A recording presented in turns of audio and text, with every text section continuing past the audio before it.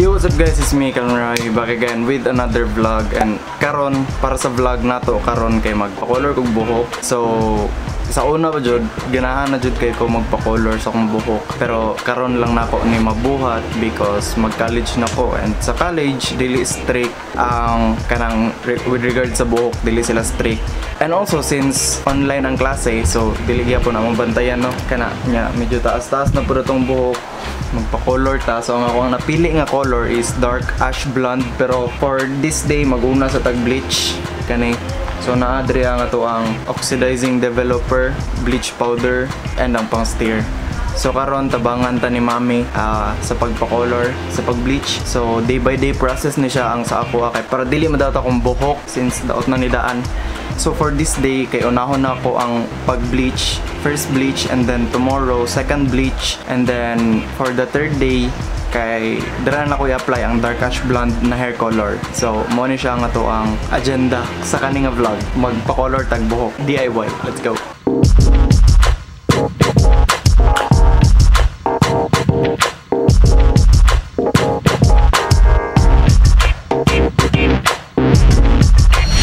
And also guys, kanitan products nga akong napalit, kay napalit na ako sa kana, and kudos sa seller kay nagatag po siya mga instructions. So naa siya bleaching instructions, na po siya hair coloring instructions, and kani siya napalit na ko ni siya complete set with bleach set and also hair color set. Napalit na ko siya for only 150.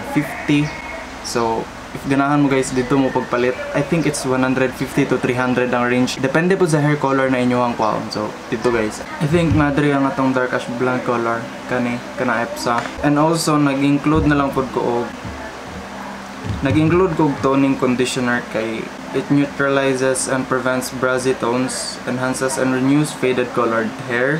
Most of the YouTubers nga nakita na ko kay nagamit pod aning purple shampoo or toning conditioner or basta purple na po kana. So ang ingani kadaghan guys kay maigo siya for hangtod shoulder level lang daw. That's why if ever nga long hair mo and then gusto ninyo ma-cover tanan inyong buhok og bleach and then long hair mo nga pagkatao, so kailangan ninyo og at least 2 sets para ani. So ako ni palit kog 2 ka set kay para sureball jud na tarong ang color. Ready na ta?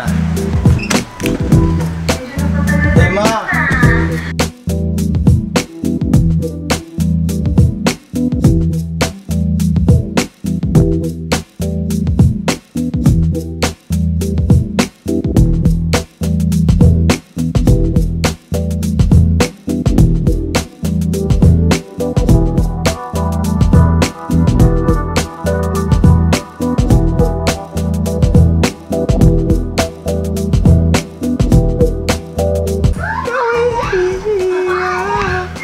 Siguro siya color. Kuha ni sabi, basaan yung dalungan. Pwede mo. Huwag tissue niya na. Tissue? Oo. Niya, trapuhan. Pilagin ito ay 30 minutes. Magulat og 30 minutes. Okay. Labay ko na lang. Wala talaga. Magulat na lang taog 30 minutes ani. 11:45 plus 30 minutes mapila. 12:15. 12:15. Hey guys, balik ra ko niya. Alright guys, mo ni ang color. Medyo fail siya. So ugma pa ko mag second bleach and karon medyo fail siya kay again dili wala experience si mama, wala mi experience ani, DIY lang ni siya. So balik lang ta ugma and then tanaw na to kung unsay may tabuan niya akong buhok. So see you guys tomorrow. What's up guys? Alright, today is day 2 sa pagpa-color sa akong buhok, and karon i-apply na to ang second bleach for our hair. Bago ba rin kung mata guys? Good morning. Most likely matagak na siya nga fail because wala may alam and DIY lang siya, so okay ra. Alright guys, karon kay mag-mix na pud ta og bagong pang bleach. So isa po dai guys, if ever nga mo palit mo atong sa store na akong gipalitan, so appeal na ni sa complete set. Kaning brush.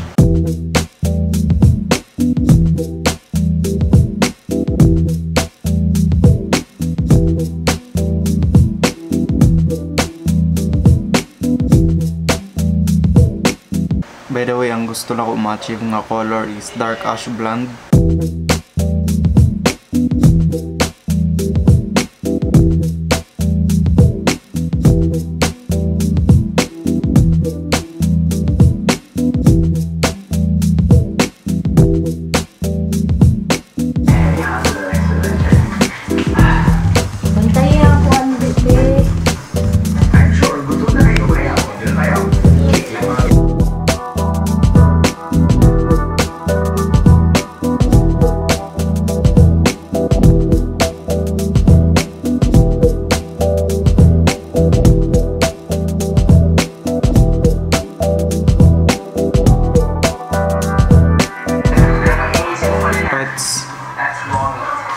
Okay guys, mo niya tong second bleach niya, medyo nihayag na siya pero nagya po yung mga nabilin mga dark brown niche part diri sa side, pero sa likod kay grabe kay ka yellow, pakita gud sa mahang akong likod mo hayag. Dala mo ang yellow kaya. So dili lang sana ako nihilabtan niya, siguro Friday or next week na ako kolorag dark ash blonde. Kay birthday ni Mami Ugma. Happy birthday, Ma! Happy birthday, Ma! Thank you! Nya, lisod jag palihok-lihok ko na to siya nga birthday man niya, no? And also, nigamit day ko aning nigamit na ko aning toning conditioner kani, which is para po dili mo brazy ang feel sa inyong buhok kani. So kani guys, balik lang ko next time ini magpa-color na jud ko aning dark ash blonde. So kana balik ra po kun. Alright guys, karon ang atong final nga day sa pagpa-color sa tong buhok, and karon i-mix na nato ang mismong dark ash blonde na hair color kauban ang oxidizing developer mo na ni. Nasa mga banal na kasulatan pero di na ako mabasa.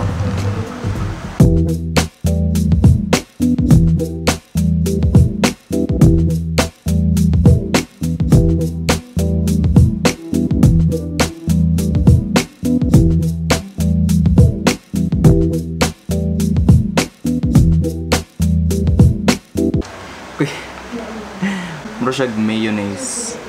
Ang remember na ko ani kay katong mayonnaise nga gibutang ni Big Ed no Neck Ed sa iyang buhok.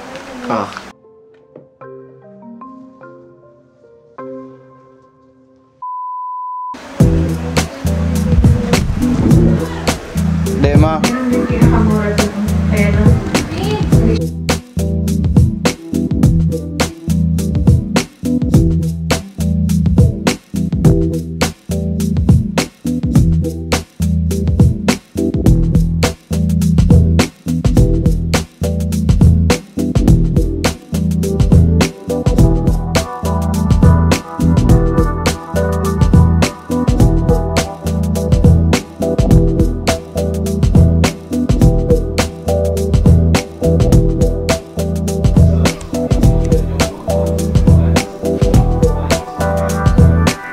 Okay guys, so mauna ni nahuman na ni magbutang tanan, so maghulat na lang po ko another 30 to 40 minutes ani.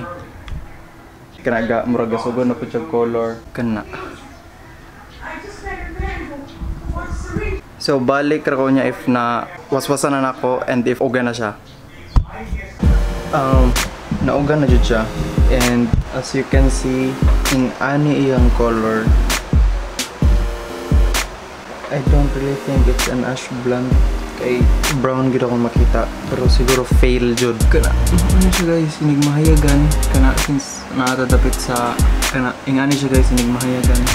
Naratadapit sa akong bintana, obviously. Dili siya dark ash blonde para sa ko. Para sa ko more lang gyapon siya blonde something. So if ever guys na mo napansin nga step or like procedure nga na mali na magbuhat ni Mama, may comment niyo down below para at least maliwanagan ko kung ano ingani ang color imbis na dark ash blonde. And yes, you all know wala may experience ani ni Mama, so most likely ma-fail jud siya, which is mo'y naitabo karon fail jud kayo, but it's okay, at least experience. And mauna ni guys para ani nga video. If you like this video, make sure to like it and also subscribe down below if wala pa mo nakapag-subscribe. And also comment down below ang inyong mga ideas kung ano siya fail, unsa ang procedure nga mo ang mali nga nabuhat if ever na mo'y alam ani. So